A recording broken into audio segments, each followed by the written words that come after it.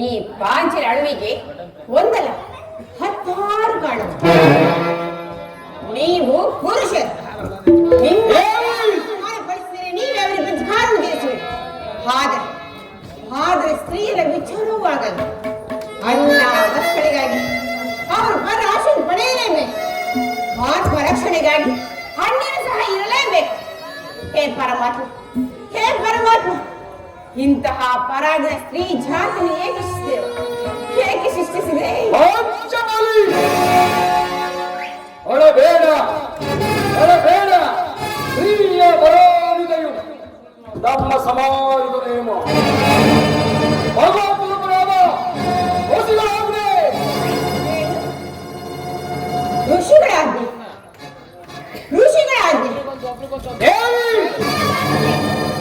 ಯುದ್ಧದಲ್ಲಿ ಪಣ ಮುಟ್ಟಿಸೋದು ಆಟದ ಶುರುವಾಗಿ ಬಿಡಲೇಬೇಕು. ಪತಿಗಳು ತಪಸ್ಸು ಮಾಡಿ ಪಡೆಯಬೇಕು.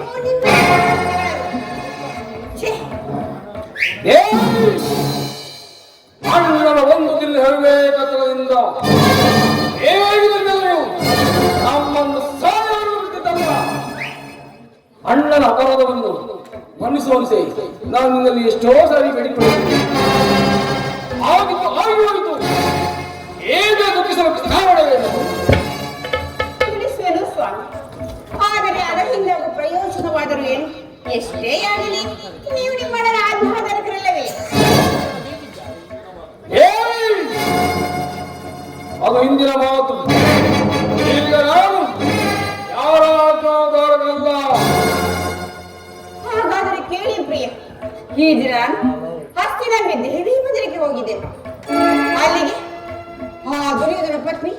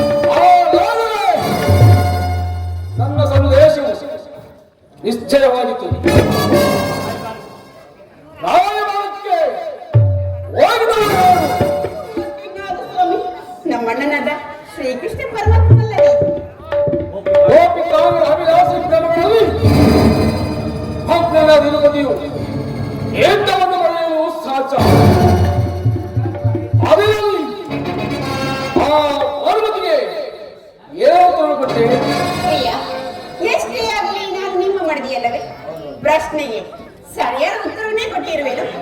ಬಾಪು ಪಾಂಚಾಲಿ ಬಾಪು. ಪ್ರಾಣೇಶ್ವರ, ಏನೇನು ಉತ್ತರ ಕೊಟ್ಟೆನೆಂದು ಕೇಳುವುದಿಲ್ಲವೇ? ಪಾಂಚಾಲಿ ಏನು ಉತ್ತರ ಕೊಟ್ಟಿರುವೆ? ನಿನ್ನ ಕಟ್ಟಿದ ಮುಡಿಯು ಬಿಚ್ಚು ಈ ನನ್ನ ಬಿಚ್ಚ ಮುಡಿಯನ್ನು ಕಟ್ಟುವುದಿಲ್ಲವೇ?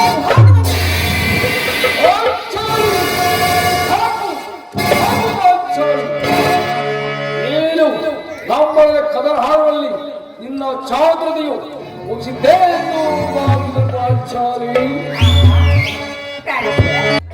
ಬಾ, ಇಂಥ ಸಂತೋಷ ಸಮಯದಲ್ಲಿ ನನ್ನ ಒಡೆ ಮೇಲೆ ಕುಳಿತುಕೋ.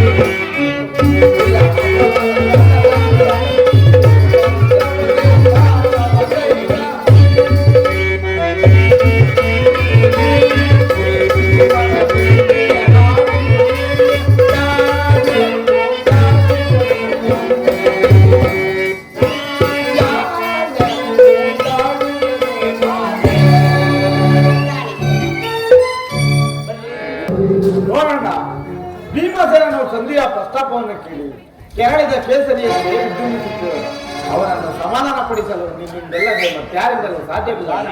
ಈ ಸಾರಿ ಭೀಮನ ಕೋಪಕ್ಕೆ ದ್ರೌಪದಿಯೇ ಮೂಲ ಕಾರಣ.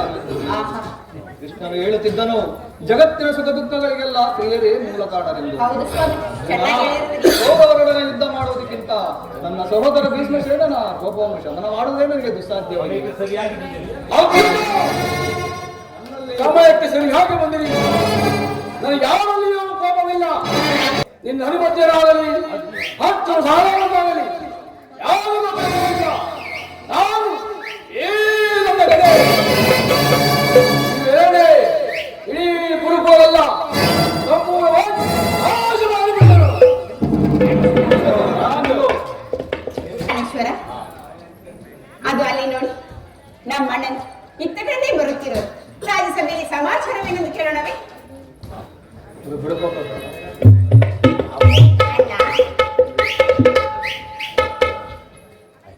ಅಣ್ಣ, ನಿನ್ನ ತಂಗಿಯ ಒಂದು ಪ್ರಣಾಮಗಳನ್ನು ಸ್ವೀಕರಿಸಿದೇವ. ಪರಮಾತ್ಮ, ಹೋದ ಕಾರ್ಯವೇನಾಯಿತು? ಹೋದವರ ಶ್ರೀ ಕೃಷ್ಣನಲ್ಲವೇ? ರಾಜ್ಯಸಭೆಯಲ್ಲಿ ಏನು ನಡೆಯಿತು ದೇವ? ಎಲ್ಲವೂ ಸಮರ್ಪಕವಾಗಿ ನಾನು ನಿರೀಕ್ಷಿಸಿದಂತೆ ನಡೆಯಿತು. ಭೀಷ್ಮ ದ್ರೋಣಾದಿಗಳು ಎದ್ದು ನನ್ನನ್ನು ಬಹುವಾಗಿ ಸ್ವಾಗತಿಸಿದರು. ಪರಮಾತ್ಮ, ಮುಂದೇನಾಯಿತು? ಸಂಧಿಯ ವಿಚಾರ ನಡೆಯುತ್ತದೆ. ಓ, ನಡೆಯಿತು. ರಾಜ್ಯಸಭೆಯಲ್ಲಿ ಏನು ನಡೆಯಿತು ದೇವ? ರುಕ್ಮಿಣಿ, ನಾನು ತಯಾರಿ ಸಂಧಿ ಸಮಸ್ತ ಬಾಳುಗಳು ಅಪೇಕ್ಷೆಯಂತೆ 5 ಗ್ರಾಮಗಳ ಸಂಧಿಯಾಗಿದೆ. ಭೀಮಸೇನ, ನಾನು ಹೋಗಿದ್ದು ಅದಕ್ಕೋಸ್ಕರವಾಗಿ ಅಲ್ಲ. ಕೃಷ್ಣ, ಈಗ ತಿಳಿದುಕೊಂಡಿದ್ದ ಅಜ್ಞಾತವಾಸದ ಬಲಿಂದ ಈ 10 ಮಂದಿ ಬಲೆಯನ್ನು ತೋರಿಸಿದೆ. ಈ ಸಂಧಿಯ ಬಲಿಂದ ನಮ್ಮ 5ವರೆಗೂ ಸೀರೆ ನುಡಿಸಿ ಬಂದಿವೆ. ಈ ಬಾಳುಗಳಿಗೆ ಯಾಕೆ ಇಷ್ಟೊಂದು ಆಕ್ರೋಶ? ದುರ್ಯೋಧನನು ನಿನಗೊಂದು ಸಂದೇಶವನ್ನು ಕಳಿಸಿದರು. ಏನು ಸಂದೇಶ? ಆ ಸಂದೇಶವನ್ನು ಕೇಳುವ ಇಚ್ಛೆ ಇದ್ದರೆ ನನ್ನ ಬಳಿಯಲ್ಲಿ ಕುಳಿತುಕೊಳ್ಳಬೇಕು. ಕೃಷ್ಣ, ಇದೇನು ಪರ್ಯಾಸವ ಕೃಷ್ಣ? ಸರಿಯಾಗ್ತೇವಲ್ಲ ಭೀಮಸೇನ, ನಿನ್ನನ್ನು ಕಂಡರೆ ನನಗೆ ಅಷ್ಟೊಂದು ಭಯ. ಎಲ್ಲಿ ನಿನ್ನ ಗದೆಯನ್ನು ಸ್ವಲ್ಪ ದೂರವಿಟ್ಟು ನನ್ನ ಪಾರ್ಶ್ವದಲ್ಲಿ ಕುಳಿತುಕ, ಆಗ ನಿನಗೆ ಪ್ರಿಯವಾದ ಸಂದೇಶ. ಕೃಷ್ಣ, ಇನ್ನು ಇಚ್ಛೆ ಅಂತ ಆದರೆ ಅರ್ಜುನ ಕ್ಷಣಕಾಲ ಆ ಗದೆಯನ್ನು ಹಿಡಿದು ಜಾಗ ಸ್ವಲ್ಪ ಸುಮ್ಮನೆ ನಾನು ಹೇಳಿದಂತೆ ಮಾಡಬೇಕು ಕಂಡೆ. ಅಣ್ಣ, ಎಂದಾದ್ರೂ ನಿಮ್ಮ ಮಾತನ್ನು ಮೀರಿರುವೇನೆ. ಹಾಗಾದರೆ ತೆಗೆದುಕೊಳ್ಳಿ. ಈ ಅಕ್ಕವು ನನಗೊಂದು ಕಡೆ ಪುರಸ್ಕಾರವಾಗಿ ದೊರೆತಿದೆ. ಈ ಅಕ್ಕದಿಂದ ಕೃಷ್ಣನು ಹೇಳಿದಂತೆ ನನ್ನ ಗೌರವ ಮುಗಿಸು. ಅಣ್ಣ, ನಿನ್ನ ಅಭಿಲಾಷೆ ನನಗೆ ತಿಳಿದಿರೋದು. ಮಾಯಾಜಾಲದಲ್ಲಿ ನನ್ನ ಪತಿಯನ್ನು ಬಂಧಿಸಲೇ. ಹಾಗಾದರೆ ಈಗ ಎಲ್ಲರೂ ಕೇಳಿದೆ. ಭೀಮಸೇನ, ಯಾಗಸೇನೆ, ಗಿರಿಣಿ, ಧರ್ಮನಂದನ, ಈ ಭೀಮನನ್ನು ಬಂಧಿಸಿರುವ ಅಗ್ಗವು ರಾಜ್ಯಸಭೆಯಲ್ಲಿ ನನ್ನನ್ನು ಅಂಗಗಳನ್ನು ಬಂಧಿಸಲು ದುರಾಭಿಮಾನಿಯಾದ ದುರ್ಯೋಧನನು ಆಜ್ಞೆ ಮಾಡಿದನು. ದುರಾಚಾರ್ಯಾದ ಅವನ ತಮ್ಮ ದುಶ್ಯಾಸನ ಈ ಕಾರ್ಯವನ್ನು ಮಾಡಿದ್ದಾರೆ. ಅಂಥವರಿಗಲ್ಲದೆ ಇನ್ಯಾರಿಗೆ ಅಂತ ಕಾರ್ಯವನ್ನು ಮಾಡಲು ಕೃಷ್ಣ, ನನ್ನ ಕರವನ್ನು ಬಿಚ್ಚು. ಅಗ್ರಜ, ಸಹೋದರ, ಅವನು ಉಳಿದವೆ.